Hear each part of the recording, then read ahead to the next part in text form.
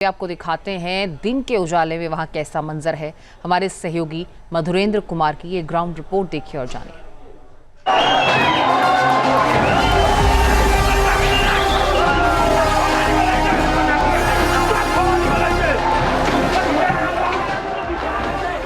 एक विद्रोह, एक जनाक्रोश, सड़क पर आवाम और ओली सरकार का तख्तापन। महज 48 घंटे में आक्रामक आवाम के आगे एक चुनी हुई सरकार ताश के पत्तों की तरह मानो ऐसी बिखरी कि जैसे कि आज से पहले उसका कोई वजूद ही नहीं था। कहते हैं कि जब जनता विद्रोह करती है तो उसे रोकना मुश्किल ही नहीं बल्कि नामुमकिन हो जाता है। और ऐसा ही कुछ हुआ नेपाल में।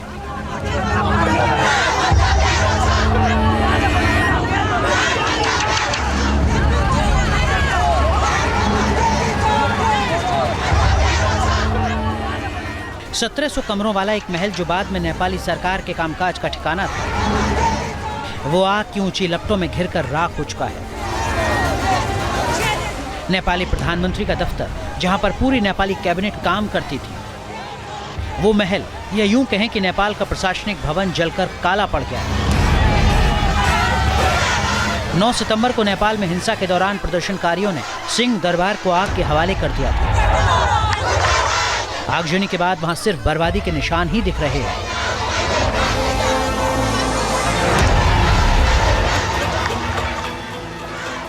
काठमांडू में मौजूद न्यूज नेशन की टीम ने यह जानने की कोशिश की कि आखिर उस दिन ऐसा क्या हुआ कि उपद्रवियों ने सिंह दरबार के इस आलीशान महल को जला डाला।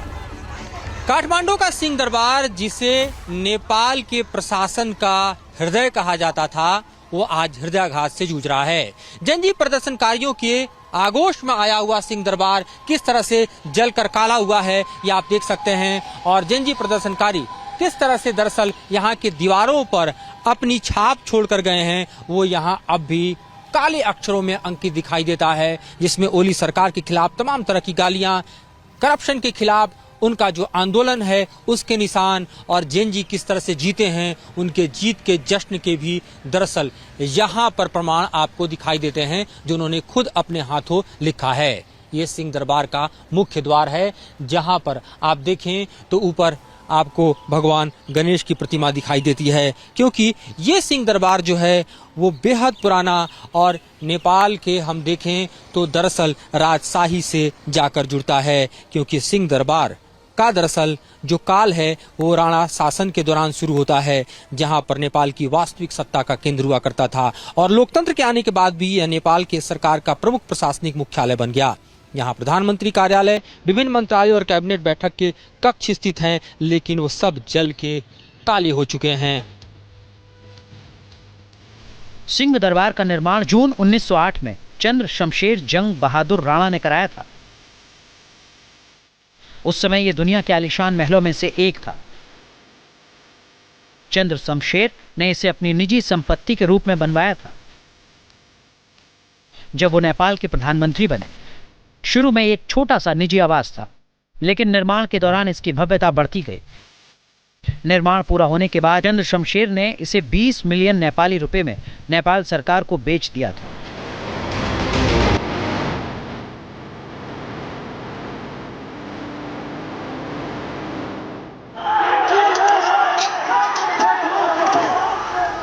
नेपाल में सोशल मीडिया के बैन के खिलाफ शुरू हुआ हिंसक आंदोलन अब खत्म तो हो चुका है, लेकिन 8 सितंबर से शुरू आंदोलन अचानक 9 सितंबर यानी मंगलवार को हिंसक प्रदर्शन में तब्दील हो गया,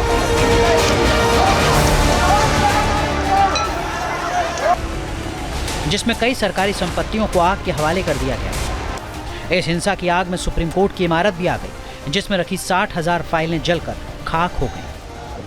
नेपाल का सुप्रीम कोर्ट अभी भी धू-धू कर जल रहा है। ये आग बुझने का नाम नहीं ले रही। लगातार आप देखिए फायर ब्रिगेड की गाड़ियां मशक्कत कर रही हैं, लेकिन उठता हुआ धुआं आसमान को चीर रहा है। भले ही आसमान से बारिश हो रही हो, लेकिन ये ऐसी आग है, आंदोलनकारियों ने ऐसी आग लगाई है जो आग अभी भी नहीं बुझ रही। बताया जा रहा है कि इसके भीतर जो है तमाम कागजात और ऐसे दस्तावेज हैं जो आग के लपटों से जलते हुए आगे बढ़े और उन्होंने पूरे ही बिल्डिंग को अपने गिरफ्त में ले लिया। ये पूरी इमारत देखिए सर्वोच्च न्यायालय की है। काठमांडू स्थित सर्वोच्च न्यायालय की इमारत जो है वो दरअसल पूरी तरह से भीतर से जलकर राख हो चुकी है। एक हिस्सा जो है उसमें आग बुझ चुका है, लेकिन दूसरा हिस्सा अभी भी जल रहा है। ये धुआं इतना गहरा है जहां से आप देखिए कि दरअसल आपको कुछ भी दिखाई नहीं देता।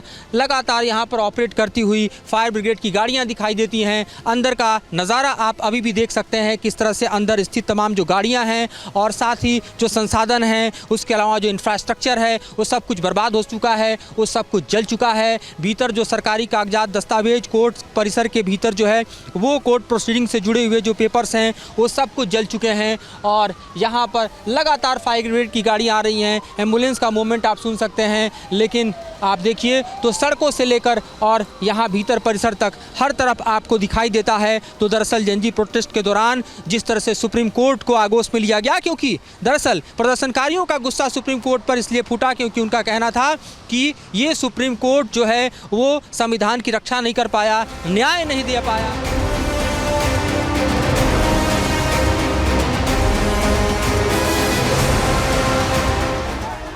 नेपाल में हिंसा और हंगामे के साथ ही नेपाली संसद पर कब्जे की लड़ाई पहले से जारी है। 8 सितंबर से ही जेनजी प्रदर्शनकारी वहां पर डटे हुए थे। 9 सितंबर आते आते नेपाली संसद के बाहर सुरक्षा में तैनात गार्ड ने सरेंडर कर दिया और देखते ही देखते इस पर कब्जा कर लिया। फिर क्या था, उपद्रवियों ने यहां पर भी जमकर हंगामा किया, लूटपाट को अंजाम दिया।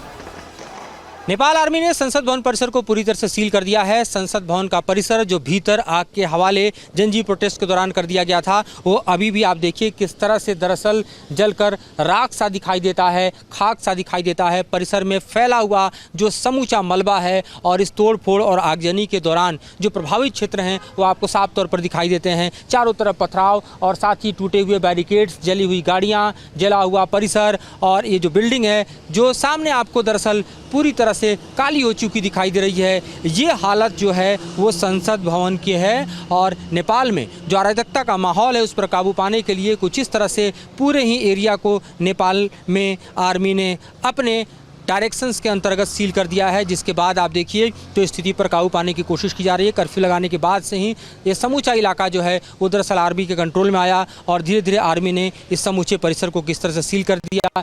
साथ ही आप देखिए इस तरह की कांटेबंदी की गई है ताकि कोई भी आगे न जा पाए। भीतर जो है कई तरह के जांच और उसके साथ साथ जो हैं वहाँ पर प्रोसीजर्स चल रहे हैं ताकि इस घटना से जुड़े हुए जो तमाम केस हैं उनको रिकॉर्ड में लाया जा सके। इस वक्त हम आपको दिखा रहे हैं ये समूचा दरअसल संसद भवन परिसर जो पूरी तरह से आप देखिए तो दरअसल आर्मी के कंट्रोल में है और भीतर आग के हवाले किस तरह से हुआ वो दिखाई देता है। यहाँ पर भारी पैमाने पर आर्मी के जवान भी तैनात किए गए हैं।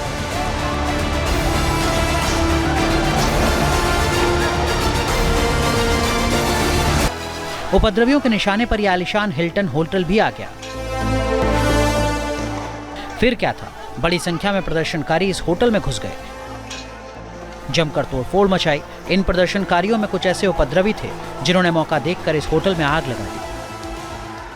नेपाल की आन बान शान और टूरिस्ट की पहचान कहे जाने वाला हिल्टन होटल अब भी धू धू कर जल रहा है। ये आग अभी भी नहीं बुझी है। आप यूँ देखिए कि हिल्टन होटल का जो समूचा अगला हिस्सा है वो दरअसल इस आग की अभी चपेट में है। यानी तीसरे दिन भी इस आग पर काबू पाने में यहाँ अग्निशमन विभाग जो है वो सफल नहीं हो सका है। जबकि आसमान में जो बादल हैं वो कई बार बरस चुके हैं, यानी ऊपर से जो बारिश हो रही है वो भी इस आग को नहीं बुझा पा रही, क्योंकि भीतर का जो लग्जरी है वो इतना ज़्यादा है। उसमें लगे हुए जो मटेरियल्स हैं वो इस तरह के इन्फ्लेमेबल हैं जिनमें लगी हुई आग पर काबू पाना मुश्किल हो पा रहा है। लगातार जो आप इसका फेस लिफ्ट देख रहे हैं वो जलकर नीचे कुछ इस तरह मलबे के रूप में गिरता हुआ दिखाई दे रहा है। हिल्टन होटल जो कि शानो शौकत या यूं कहें कि नेपाल के पर्यटन का सबसे बड़ा चेहरा माना जाता था। कोई भी फॉरेन डेलीगेशन हो, कोई भी हाई लेवल मीटिंग्स हो, गवर्नमेंट की मीटिंग हो, डिप्लोमेट्स हैं, कोई भी विजिट्स हो, उसके लिए ये सबसे बड़ा सेंटर प्लेस था। और वहीं आप देखिए तो जो टूरिस्ट दरअसल हिमालय और ख़ास तौर पे काठमांडू का ओवरव्यू लेना चाहते हैं, साइट सीइंग करना चाहते हैं, उनके लिए भी ठहरने का जो टॉप फ्लोर के जो कमरे हैं वो इसके लिए मुफीद होते थे। दरअसल हिंसा के दौरान किसी ने अफवाह उड़ा दी कि हिल्टन होटल के मालिकाना हक में नेपाल के कुछ मंत्रियों की हिस्सेदारी है। ये अफवाह सुनते ही गुस्साई अवाम बेकाबू हो गई, यहाँ पर मरने मारने पर उतारू हो गए। हालांकि हिल्टन होटल की तरफ से बयान जारी किया गया कि इस होटल में किसी भी नेपाली मंत्री का कोई निवेश नहीं है, कोई हिस्सेदारी नहीं है। लेकिन उपद्रवी कहां सुनने वाले थे। तबाही और बर्बादी की ये तस्वीरें नेपाल की राजधानी काठमांडू की हैं। यहाँ के ट्रांसपोर्ट भवन और ट्रैफिक पुलिस के हेडक्वार्टर को उपद्रवियों ने बख्शा तक नहीं। ग्राउंड जीरो पर मौजूद न्यूज नेशन की टीम के कैमरे में दर्ज इन तस्वीरों से समझिए और देखिए यहाँ पर 9 सितंबर को क्या हुआ। प्रदर्शनकारियों के चपेट में आए नेपाल के सरकारी इमारत और दफ्तर अभी भी आप देखिए किस तरह से खंडहर बने हुए हैं और यहाँ साफ सफाई का आलम दिखाई दे रहा है। ये आप जो इलाका देख रहे हैं ये दरअसल ट्रैफिक डिपार्टमेंट का है, जो कि चपेट में आया आंदोलनकारियों के, प्रदर्शनकारियों के, विध्वंसकारियों के। और उसके बाद क्या हश्र हुआ यहाँ पर, दरअसल ये बिल्डिंग जो कि आग के हवाले थी उसके ज़रिए देखिए, और नीचे जो लगे हुए बाइक्स थे दरअसल ट्रैफिक के, ये देखिए किस तरह से सब जल के राख हो चुके हैं, सब जल के खाक हो चुके हैं। ये बाइक्स देखिए जो कि नेपाल के ट्रैफिक पुलिस की थी, यहाँ पर ये सब के सब दरअसल खंडहर बने हुए हैं, सब खाक हो चुके हैं। किस तरह से ये बाइक्स जो हैं वो दरअसल आपको उस वक्त की गवाही दे रहे हैं जब इन्हें निशाना बनाया गया, जब इन्हें टारगेट्स किया गया, जब इन्हें जलाकर राख कर दिया गया। ये सब का दरअसल मलबा यहाँ पर और ढांचा दिखाई देता है। सैकड़ों की संख्या में यहाँ पर जली हुई बाइक्स हैं और ये समूचा विभाग फिर से दरअसल अपने काम को शुरू कर पाए, इसके लिए यहाँ मलबे को हटाने का काम बदस्तूर जारी है। लेकिन मलबा इतना ज़्यादा है दरअसल कि ये अब भी साफ होता हुआ नज़र नहीं आ रहा। ये तस्वीरें आप देखिए जले हुए बाइक्स की, जले हुए गाड़ियों की, और यहाँ दूसरे तरफ भी आप देखिए तो तमाम आपको गाड़ियां और बाइक्स जली हुई दिखाई दे रही हैं। मलबा भारी पैमाने पर यहां से कर्मचारी हटाने की कोशिश कर रहे हैं और यहां स्थिति किस तरह से बदहाल है इसका दृश्य हम आपको दिखा रहे हैं और ये समझाने की कोशिश कर रहे हैं कि आंदोलन अपनी जगह है, लेकिन विध्वंस का जो विकराल स्वरूप है वो भी दरअसल काठमांडू में अपनी जगह दिखाई दे रहा है। राकेश रावत के साथ मधुरेंद्र कुमार, न्यूज़ नेशन, काठमांडू। जहाँ भक्ति है हर शब्द में, कथाओं में छुपे हैं दिव्य रहस्य और ज्योतिष देता है जीवन को दिशा। धर्म से जुड़ी हर बातों को जानने के लिए हमारे चैनल स्तुति को सब्सक्राइब करें। चैनल पर जाने के लिए इस लिंक पर क्लिक करें।